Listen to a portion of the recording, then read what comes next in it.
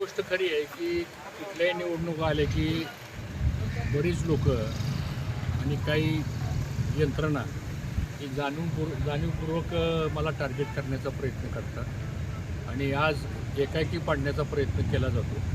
वास्तविक आता आम्ही एवढं प्रामाणिकपणे सातत्यानं म्हणजे आघाडीमध्ये असो किंवा महायुतीमध्ये असो, मागचे आम्ही 20 वर्ष आघाडीमध्ये होतो त्यावेळेससुद्धा बरीच लोक आम्हाला टार्गेट करायची आणि आता आम्ही महायुतीमध्ये आहे तरीसुद्धा आता काही लोकांचं म्हणजे टार्गेट करण्याचा प्रयत्न केला जातो आणि काही जरी झालं तरी शोधन पाटील या राजकीय क्षितिजावरती असता कामा नाही.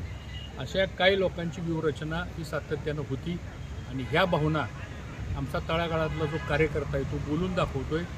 मला पण ते त्या ठिकाणी वास्तविक आता 1952 सालापासून जर बघितलं आम्ही ह्या मतदारसंघामध्ये आज 5-6 पिढ्या झाला आम्ही सर्वजण सगळे कार्यकर्ते गुण्यागोविंदानं एक कुटुंब म्हणून आम्ही ह्या तालुक्यामध्ये काम करत असतो.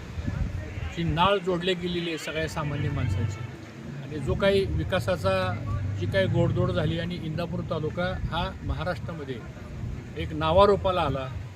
कर्तृत्वाच्या माध्यमातून हा तालुका पुढे नेला. या तालुक्यातल्या सर्व जाती धर्मांना आणि सगळ्या समाजाला आम्ही सातत्यानं बरोबर घेऊन जातो. कधी आमच्याकडून चुकीचं वागलं जात नाही, कधी आम्ही अपशब्द वापरत नाही, कधी आम्ही दादागिरी करत नाही, कधी आम्ही गुंडगिरी करत नाही, कधी आम्ही गैरमार्गानं कुठल्या गोष्टी करत नाही. आम्ही एवढ्या मोठ्या सत्तेत असताना सुद्धा कधी आम्ही विरोधकाला सुद्धा कधी आम्ही त्रास दिला नाही. मग असं असताना सुद्धा निवडणूक आली की हर्षवर्धन पाटील हा टार्गेट करायचा.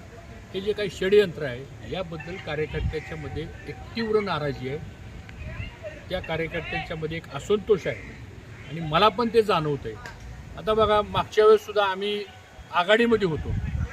लोकसभेच्या निवडणुकीला आम्ही प्रामाणिक काम केलं मागच्या वेळेस आघाडीमध्ये सुद्धा. आत्ताही झालेल्या कालच्या लोकसभेच्या निवडणुकीला सुद्धा महायुतीचं म्हणून त्यांचा आमचा एवढा संघर्ष असताना सुद्धा आम्ही त्यांचं प्रामाणिक काम केलं. आम्ही आमच्या सगळ्या कार्यकर्त्यांनी म्हणजे एवढा संघर्ष असताना सुद्धा कार्यकर्त्यांनी प्रामाणिक काम केलं.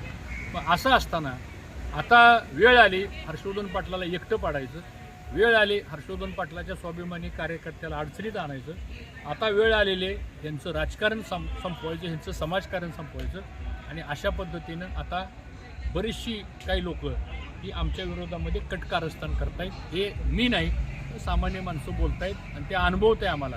पण ठीक आहे, लोकशाहीमध्ये शेवटी मतदार श्रेष्ठ आहे, मतदार राजा आहे, तो ठरवेल कोणाला कोणी टार्गेट करायचं. आणि मला विश्वास आहे की इंदापूर तालुक्यातला सामान्य माणूस हा आर्थिकदृष्ट्या जरी गरीब असला पण तो स्वाभिमानी आहे, तो राजकीय सामाजिक परिवर्तन बघणारा माणूस आहे तो.